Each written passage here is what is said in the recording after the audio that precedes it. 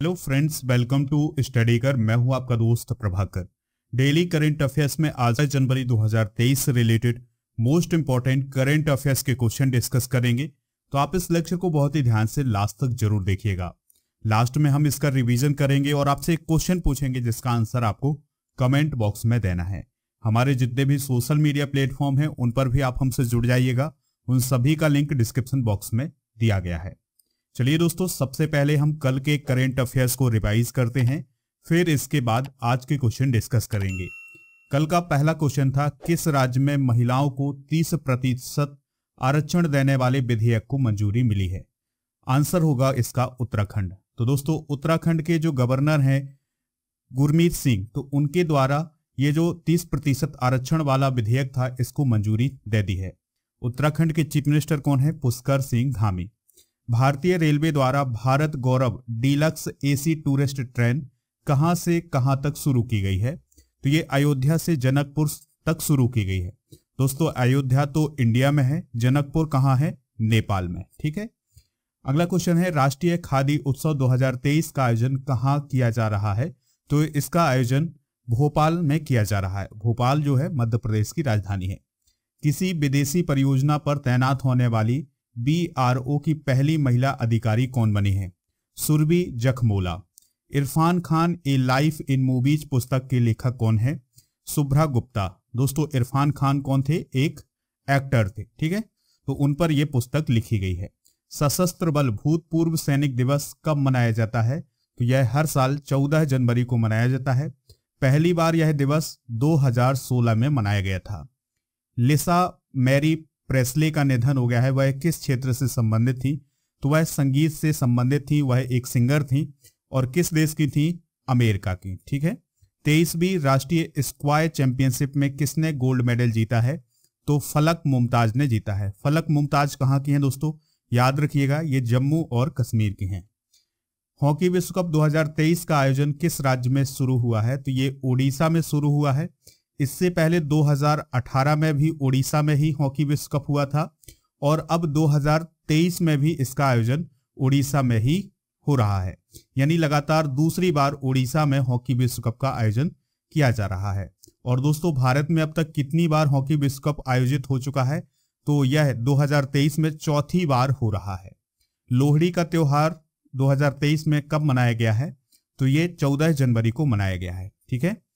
चलिए दोस्तों, आज का पहला क्वेश्चन डिस्कस करते हैं। भारतीय सेना दिवस कब मनाया जाता है? यानी जो इंडियन आर्मी डे है वो कब सेलिब्रेट किया जाता है? आंसर है इसका 15 जनवरी को। तो हर साल 15 जनवरी को जवानों और भारतीय सेना की याद में सेना दिवस मनाया जाता है। दोस्तों, इस वर्ष भारत ने अपना 75वां सेना दिवस मनाया है। इस वर्ष सेना दिवस के उपलक्ष्य में पहली बार दिल्ली के बाहर बेंगलुरु में परेड का आयोजन किया गया। देखिए दोस्तों, हर साल होता क्या है कि सेना दिवस पर सेना की परेड होती है। तो इससे पहले दिल्ली में हुआ करती थी, लेकिन पहली बार ऐसा हुआ है 2023 में कि इसकी जो परेड है वो बेंगलुरु में आयोजित की गई है। 15 जनवरी 1949 को फील्ड मार्शल KM करियप्पा ने भारतीय सेना के पहले भारतीय कमांडर इन चीफ के रूप में पदभार ग्रहण किया था। इसलिए दोस्तों 15 जनवरी को सेना दिवस मनाया जाता है। भारतीय सेना की बात करते हैं तो भारतीय सेना की स्थापना अंग्रेजों ने 1 अप्रैल 1895 को की थी।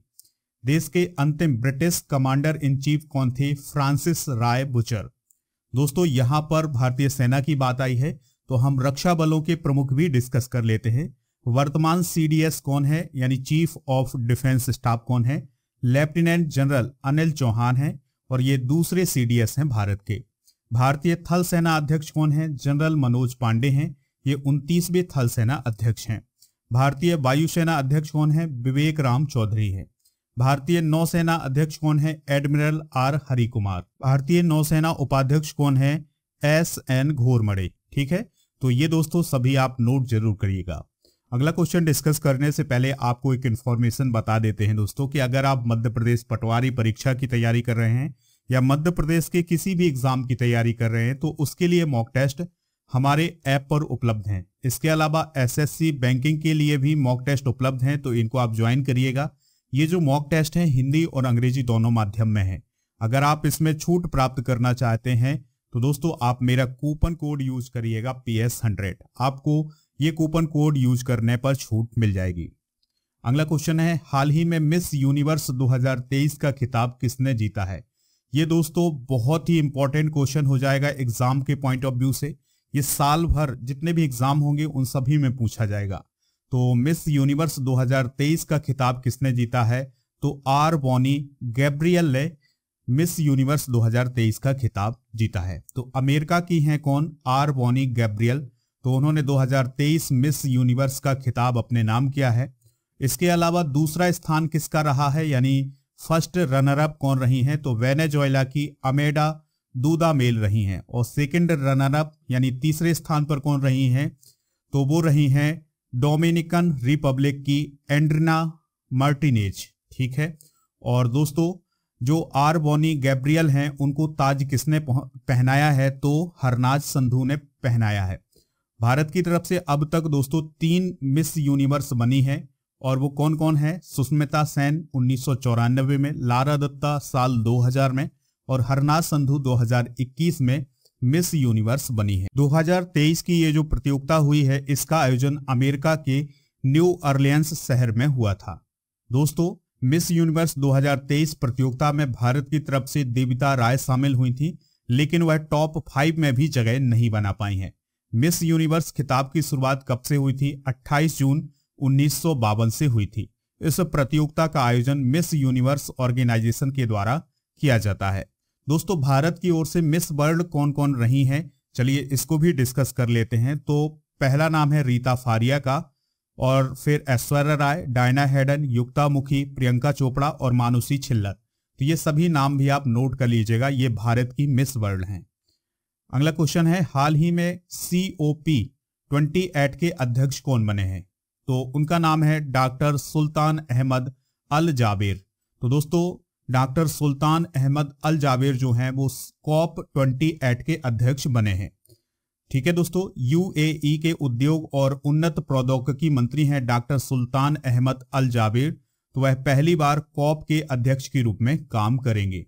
संयुक्त अरब अमीरात यानी UAE 30 नवंबर से 12 दिसंबर 2023 तक एक्सपो सिटी दुबई में COP28 की मेजबानी करेंगे। तो दोस्तों ये जो COP28 है ये क्या है? तो जलवायु परिवर्तन पर हर साल बैठक होती है विभिन्न देशों के जो टॉप लीडर होते हैं, उसे हम कॉन्फ्रेंस ऑफ द पार्टीज बोलते हैं। तो इस साल यानी 2023 में 28वां सम्मेलन होने वाला है और ये कहां पर होगा? UAE में होगा और ये दुबई में होने वाला है। तो उसी के लिए अध्यक्ष कौन बनाए गए हैं? सुल्तान अहमद अल जाबेर बनाए गए हैं। COP27 2022 में 7 से 18 नवंबर तक मिस्र के शर्म अल शेख में संपन्न हुआ था। तो ये कुछ इंपॉर्टेंट जानकारी है, इसे आप नोट जरूर करिएगा। यहां पर बात आई है UAE की। तो दोस्तों UAE मध्य पूर्व एशिया में स्थित एक कंट्री है। कैपिटल है अबू धाबी और यहाँ के जो राष्ट्रपति हैं वो हैं खलीफा बिन जायद अल नाहयान। प्रधानमंत्री कौन है? मोहम्मद बिन राशिद अल मखतूम है। ये आप UAE का मैप देख सकते हैं।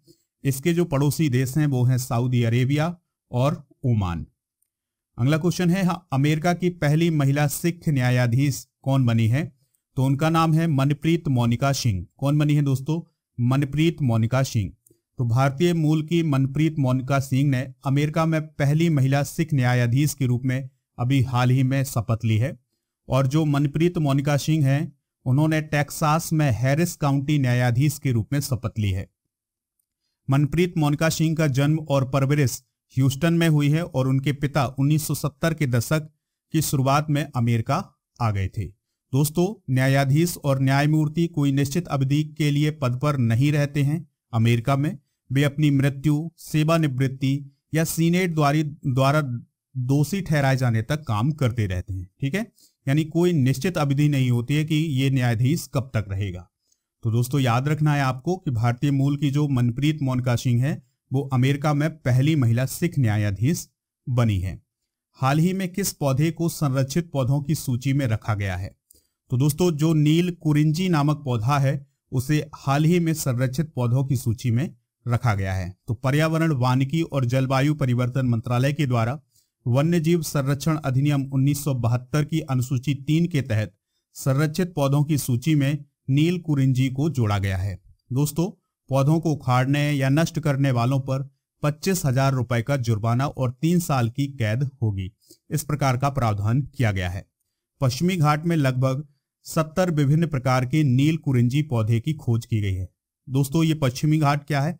तो भारत का आप ये जो प्रायद्वीप वाला भाग है ये देखते हैं तो ये पूर्वी भाग होता है, ये पश्चिमी घाट होता है। ठीक है, तो ये जो पश्चिमी घाट है यहीं पर 70 विभिन्न प्रकार के जो नील कुरिंजी के पौधे हैं उनकी खोज की गई है।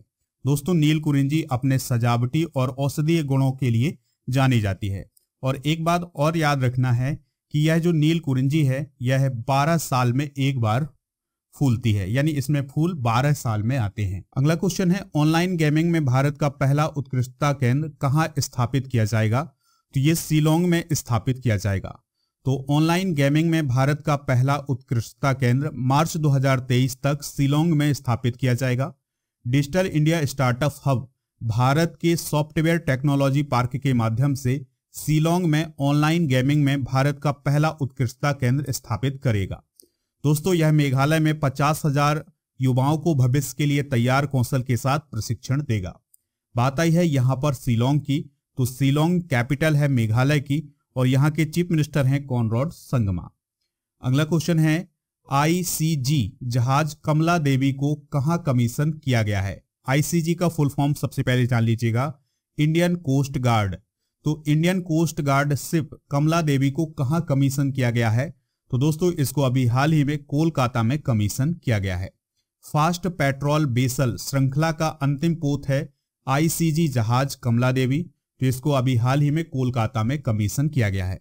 कमला देवी 308 टन के विस्थापन के साथ 48.9 मीटर लंबी है और 7.5 मीटर चौड़ी है। ठीक है दोस्तों, विस्थापन का मतलब यह है कि जब इसको पानी में छोड़ा जाता है तो यह 308 टन पानी को विस्थापित करती है, यानी फैला देती है। इस जहाज का नाम कमला देवी किसके नाम पर रखा गया है? तो दोस्तों, भारत की प्रसिद्ध समाज सुधारक हैं, स्वतंत्रता कार्यकर्ता हैं कमला देवी चट्टोपाध्याय, तो उनके नाम पर रखा गया है। वह मद्रास प्रांतीय चुनावों में भारत की विधायी सीट के लिए चुनाव लड़ने वाली पहली भारतीय महिला थी। तो दोस्तों, इसलिए उनके सम्मान में इस जहाज का नाम कमला देवी रखा गया है। अब यहां पर बात आई है इंडियन कोस्ट गार्ड की, यानी आईसीजी की। तो इसकी स्थापना 18 अगस्त 1978 को हुई थी। इसके वर्तमान महानिदेशक हैं वीरेंद्र सिंह पठानिया। दोस्तों, भारतीय तटरक्षक का काम क्या होता है? तो शांति काल में जो भारत की समुद्री सीमा है उसकी सुरक्षा करना। अगला क्वेश्चन है, जेम्स वेब टेलीस्कोप ने पृथ्वी जैसे ग्रह की खोज की है, उसका नाम क्या है? उसका नाम है LHS 475b। ठीक है दोस्तों, तो जेम्स वेब टेलीस्कोप ने पृथ्वी जैसे ग्रह की खोज की है और यह एक एक्सपो प्लेनेट है। यह लगभग पृथ्वी के आकार के समान है और इसके व्यास के 99% से मेल खाता है, यानी जितना पृथ्वी का व्यास है लगभग उतना ही इस ग्रह का भी व्यास है। यह ग्रह पृथ्वी से कुछ 100 डिग्री अधिक गर्म है। हालांकि शोधकर्ता ग्रह के वातावरण के बारे में अधिक जानकारी प्राप्त नहीं कर सके हैं। दोस्तों, जेम्स वेब टेलीस्कोप को दिसंबर 2021 में अंतरिक्ष में लॉन्च किया गया था और 2022 में इसने अपना काम शुरू किया था और ये अब तक का दोस्तों सबसे शक्तिशाली टेलीस्कोप माना जा रहा है। अगला क्वेश्चन है, कॉन्स्टेंटाइन द्वितीय किस देश के अंतिम राजा थे जिनका निधन हो गया है? तो दोस्तों, वह यूनान के, जिसे आज हम ग्रीस बोलते हैं, तो वहां के राजा थे जिनका निधन हो गया है। क्या नाम था इनका? कॉन्स्टेंटाइन द्वितीय। तो यूनान के पूर्व और अंतिम राजा थे कॉन्स्टेंटाइन द्वितीय, तो उनका अभी हाल ही में निधन हुआ है। 23 साल की उम्र में 1964 में वो राजा बने थे, सिंहासन उन्होंने संभाला था। इसके अलावा उन्होंने नौकायन में ओलंपिक में गोल्ड मेडल भी हासिल किया था। फिर इसके बाद दोस्तों यूनान में 1967 में सैन्य तख्तापलट होता है और जो तानाशाह थे उनके खिलाफ ये युद्ध भी लड़ते हैं। फिर इसके बाद तानाशाहों के द्वारा 1973 में राजशाही को समाप्त कर दिया और फिर इसके बाद 1974 में यूनान में लोकतंत्र आया था। ठीक है दोस्तों, तो याद रखना है कि जो कॉन्स्टेंटाइन द्वितीय थे वो यूनान, जो कि आज ग्रीस कहलाता है, वहां के राजा थे। ये आप देख सकते हैं ग्रीस का मैप है। तो ये जो है यूरोप महाद्वीप में है। अगला क्वेश्चन है राष्ट्रीय बाल अधिकार संरक्षण आयोग का स्थापना दिवस कब मनाया गया है? तो यह मनाया गया है 12 जनवरी को। कब मनाया गया है? 12 जनवरी को। तो राष्ट्रीय बाल अधिकार संरक्षण आयोग, जिसे बाल अधिकार संरक्षण आयोग अधिनियम 2005 के तहत साल 2007 में स्थापित किया गया था, तो इसका अभी हाल ही में 12 जनवरी 2023 को 18वां स्थापना दिवस मनाया गया है। दोस्तों, जो NCPCR है यह बच्चों के अधिकारों के लिए काम करने वाला आयोग होता है और इसके वर्तमान अध्यक्ष कौन है? प्रियांक कानूनगो। ये सभी इंफॉर्मेशन आप नोट जरूर करिएगा। अब हम वो क्वेश्चन डिस्कस करते हैं जो आज हमने डिस्कस किए हैं और फिर इसके बाद दोस्तों आपसे क्वेश्चन पूछा जाएगा जिसका आंसर आपको कमेंट बॉक्स में देना है।